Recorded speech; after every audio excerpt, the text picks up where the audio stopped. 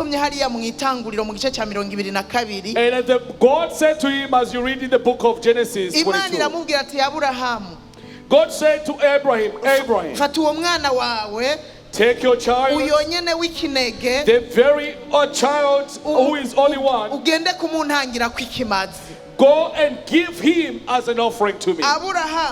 Abraham, neza na neza ntiyahaririye.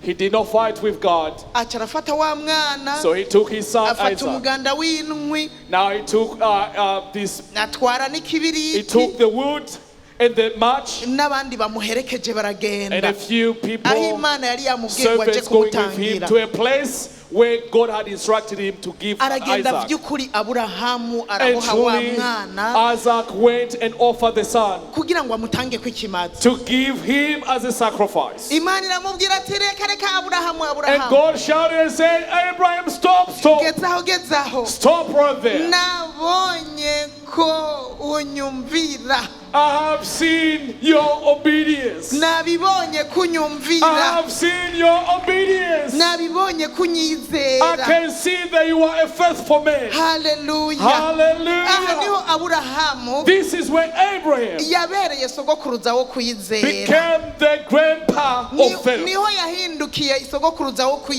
is kwizera. when he became the father of faith. Umwana w'ikinege Imagine the only begotten son aronse muri ya myaka. who was received in the old age. Kubera Aburahamu yari gushobora kwiyumvira You know, Abraham was to think, ati reka reka, come on, Imana irihenze. God made a mistake Ko here. yambwiye uyu mwana nje kumutanga, How can I give the only son? kandi kumbura ari wazovamwo babandi bazoba nk'umusenyi wo The very kukiya. son who should be the promise, who will bring the fourth generation like the Yari sand of the sea. kwiyumvira ko Imana yihenze, Come on, God must be really mistaken here. akareka kugenda. Maybe he was going to forsake the Ariko assignment. Aburahamu But yaramujanye. Abraham took the son to give him as an offering. Aburahamu barapimwe ukwizera kwiwe. Abraham was tested of his level of faith. Imana birabonye ko And yizera. God saw that Hallelujah. Abraham was faithful. Hallelujah. Ikiramwereka intama bari yatanga kw'ikimazi. And he showed him a lamb